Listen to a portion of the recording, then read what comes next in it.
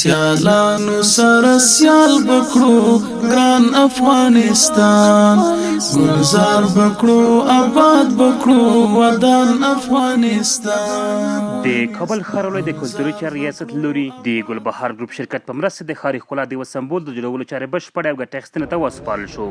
د کابل ښاروالۍ د کلتوري چارو رئیس قاري ولي ګل جواد وویل چې د ارزول شوي پلانونو له مخې کابل ښاروالي په دې هڅه کې ده څو د کابل ښار په بڼه کې مثبت بدلون راولي. د نوموړي په وینا د ښاري ښکلا پروګرامونه د تاریخي، ملي او کلتوري ارزښتونو د ساتلو په موخه د ښار په نوموتو سیمو کې پلي کیږي. همشهریای عزیز کابل، خوشبختانه که امروز یک بار دیگر یکی از افتتاح زیبایی های شهر کابل را داریم. همشهریای عزیز کابل ما در گرد ما جمع شده و ما افتخار میکنیم که همه روزه یک خوشبختی را تقدیم هموطنان و همشهریای عزیز کابل خود میکنیم. شاروالی کابل متحد و مصمم به زیبایی های شهر کابل است.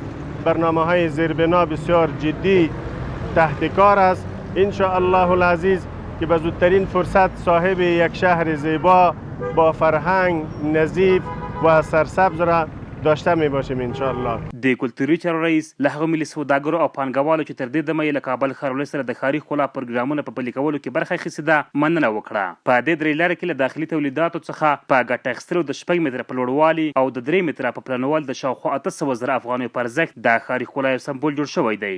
د ګلبهار ګروپ شرکت مرستیال غلام رباني وویل چې ګلبهار ګروپ د کابل ښاروالۍ له پروګرامونو او پلانونو ملاتړ کوي او په راتلونکي کې به هم له کابل ښاروالۍ د ښار د آبادۍ او ښکلا په برخه کې مرسته وکړي. گلزار بکړو آباد بکړو ودان افغانستان گلزار بکړو آباد بکړو ودان افغانستان